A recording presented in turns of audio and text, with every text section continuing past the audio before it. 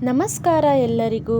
ನಿಮ್ಮ ಮನೆಯಲ್ಲಿ ದೈವಶಕ್ತಿ ಇದ್ದರೆ ಖಂಡಿತವಾಗಿಯೂ ಈ ಲಕ್ಷಣಗಳು ಕಾಣಿಸುತ್ತವೆ. ನಿಮ್ಮಲ್ಲಿ ಎಷ್ಟೋ ಜನರು ಎಷ್ಟು ಪೂಜೆ ಮಾಡಿದರೂ ಉಪಯೋಗವಿಲ್ಲವೆಂದು ಬೇಸರ ಪಡುತ್ತಿರುತ್ತಾರೆ. ಆದರೆ ಈ ರೀತಿ ಅಂದುಕೊಳ್ಳಬಾರದು. ಏಕೆಂದರೆ ಯಾವುದಾದರೂ ಒಂದು ಸಮಯದಲ್ಲಿ ನಿಮ್ಮ ಪೂಜೆಗೆ ಪ್ರತಿಫಲ ದೊರೆಯುತ್ತದೆ. ಆದರೆ ನಿಮ್ಮ ಅದೃಷ್ಟ ಬರುವ ಮೊದಲು ಆ ದೇವರು ನಿಮಗೆ ಮೊದಲೇ ಸೂಚನೆ ಕೊಡುತ್ತಾನೆ ಎಂದು ಹೇಳಲಾಗಿದೆ.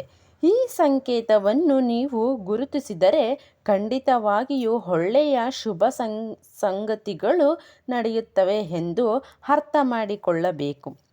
ಲಕ್ಷ್ಮೀದೇವಿ ಯಾರ ಮನೆಗೆ ಬಂದರೂ ಹೇಳಿ ಬರುತ್ತಾರೆ. ಆದರೆ ಅದನ್ನು ನೀವು ಗುರುತಿಸಬೇಕು.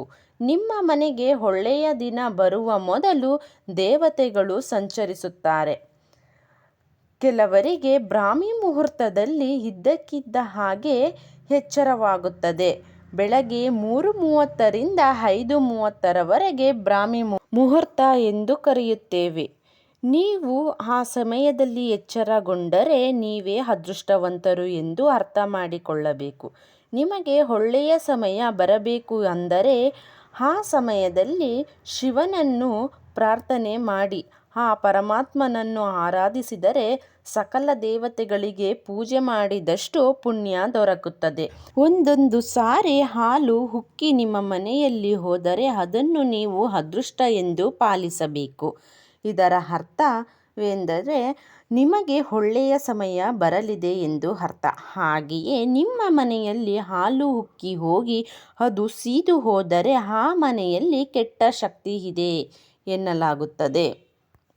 ಮನೆಯಲ್ಲಿ ದೀಪಾರಾಧನೆ ಮಾಡಬೇಕಾದರೆ ದೀಪವು ಪ್ರಶಾಂತವಾಗಿ ಉರಿದರೆ ನಿಮ್ಮ ಮನೆಯಲ್ಲಿ ದೈವಶಕ್ತಿ ಇದೆ ಎಂದು ಅರ್ಥ ಅಂದುಕೊಳ್ಳಬೇಕು.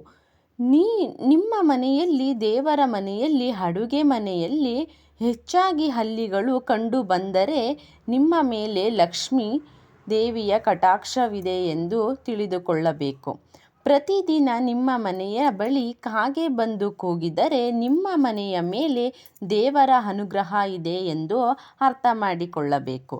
ಕೆಲವರಿಗೆ ರಾತ್ರಿ ಸಮಯದಲ್ಲಿ ಗೆಜ್ಜೆಗಳ ಶಬ್ದ ಹಾಗೆ ಅನಿಸುತ್ತದೆ. ಇಂತಹ ಶಬ್ದವನ್ನು ನಿಮ್ಮ ಕಿವಿಗೆ ಬಿದ್ದರೆ ಅದು ಶುಭ ಸಂಕೇತ. ಗೆಜ್ಜೆಯ ಶಬ್ದ ಕೇಳಿಸಿದರೆ ನಿಮ್ಮ ಮನೆಗೆ ಲಕ್ಷ್ಮೀದೇವಿ ಬರುತ್ತಾರೆ ಎಂದು ಅರ್ಥ ಮಾಡಿಕೊಳ್ಳಬೇಕು. ಮನೆಯಲ್ಲಿ ಕಪ್ಪು ಇರುವೆಗಳು ಕಾಣಿಸಿಕೊಂಡರೆ ಅದು ತುಂಬ ಶುಭ ಸೂಚಕವಾಗಿ ಪರಿಗಣಿಸಲಾಗಿದೆ. ಹತ್ತಿರದಲ್ಲೇ ನಿಮ್ಮ ಮನೆಗೆ ಹಣ ಬರುತ್ತಿದೆ ಎಂದು ಅರ್ಥ ಮಾಡಿ ನಿಮ್ಮ ಮನೆಯ ಸಂಪತ್ತು ಹೆಚ್ಚಾಗುತ್ತದೆ ಅಂದರೆ ಖಂಡಿತವಾಗಿಯೂ ಲಕ್ಷ್ಮೀದೇವಿಯ ಅನುಗ್ರಹವಿರಬೇಕು. ಹಾಗೂ ಲಕ್ಷ್ಮೀದೇವಿಯನ್ನು ಸಂತೃಪ್ತಗೊಳಿಸಬೇಕು ಅಂದರೆ ಪ್ರತಿ ಶುಕ್ರವಾರ ಹೆಣ್ಣು ಮಕ್ಕಳು ಮನೆಯಲ್ಲಿ ಪೂಜೆ ಮಾಡಬೇಕು. ಹಾಗೆಯೇ ಮನೆಯ ಹೊಸ್ತಿಲಿಗೆ ಅರಿಶಿಣ ಹಚ್ಚಿ ಮನೆಯ ಮುಂದೆ ಅಂದವಾಗಿ ರಂಗೋಲಿ ಹಾಕಬೇಕು. ಹಣದ ಸಮಸ್ಯೆ ಇರುವವರು ಪ್ರತಿ ಶುಕ್ರವಾರ ತುಪ್ಪದ ದೀಪ ಹಚ್ಚಬೇಕು. ನಂತರ ಲಕ್ಷ್ಮೀದೇವಿಯನ್ನು ನೆನಪಿಸಿಕೊಂಡು ಒಂದು ತೆಂಗಿನಕಾಯಿಯನ್ನು ಹೊಡೆಯಬೇಕು. ಈ ಪರಿಹಾರ 3 ಶುಕ್ರವಾರ ಮಾಡಿ ನಿಮ್ಮ ಕಷ್ಟಗಳು ಪರಿಹಾರವಾಗುತ್ತದೆ. ಅರಿಶಿಣ ದೇವರ ಸ್ವರೂಪ. ಅರಿಶಿಣ ದೈವಶಕ್ತಿಯನ್ನು ಆಕರ್ಷಿಸುತ್ತದೆ. ಪ್ರತಿ ವಾರದಲ್ಲಿ ಒಂದು ಬಾರಿ ಅರಿಶಿಣದ ನೀರನ್ನು ಮನೆಯ ಮೂಲೆ ಮೂಲೆಗಳಿಗೆ ಚಿಮುಕಿಸಿದರೆ ಖಂಡಿತವಾಗಿಯೂ ದೇವತೆಗಳು ನಿಮ್ಮ ಮನೆಯಲ್ಲಿ ಸಂಚರಿಸುತ್ತಾರೆ. ನೀವು ನಿದ್ರಿಸುವಾಗ ಬರುವ ಕೆಲವು ಕನಸುಗಳು ಗೂಬೆ, ಶಂಕು, ಪೊರಕೆ, ಹಸು, ಹಲ್ಲಿ ಕಾಣಿಸಿದರೆ ಲಕ್ಷ್ಮೀದೇವಿಯು ಮನೆಗೆ ಬರುತ್ತಾರೆ ಎಂದು ಅರ್ಥ. ಹಾಗೆಯೇ ಬೆಳ್ಳಂಬೆಳಗ್ಗೆ ಎದ್ದು ಹೊರಗೆ ನೋಡಿದರೆ ಯಾರಾದರೂ ಕಸ ಗುಡಿಸುವುದನ್ನು ಅಥವಾ ಕೆಲಸಕ್ಕೆ ಹೋಗುವಾಗ ಕಸ ಗುಡಿಸುವುದನ್ನು ನೋಡಿದರೆ ಅದು ಕೂಡ ಶುಭದ ಸಂಕೇತವಾಗಿದೆ. ಬಾಯಲ್ಲಿ ನಾಯಿ ಆಹಾರವನ್ನು ಹಿಡಿದುಕೊಂಡು ಹೋಗುವುದನ್ನು ನೋಡುವುದು ಕೂಡ ಶುಭ ಸಂಕೇತವಾಗಿದೆ. ಶಂಖದ ನಾದ ಕೇಳಿಸುವುದು ಇವೆಲ್ಲವೂ ಶುಭ ಸಂಕೇತವಾಗಿದೆ. ಹಾಗೆಯೇ ಇಂಥ ಸೂಚನೆಗಳು ಬಂದಾಗ ನೀವು ಮನೆಯಲ್ಲಿ ಲಕ್ಷ್ಮೀದೇವಿಯನ್ನು ಆರಾಧಿಸಿ ದೀಪ ಬೆಳಗಬೇಕು.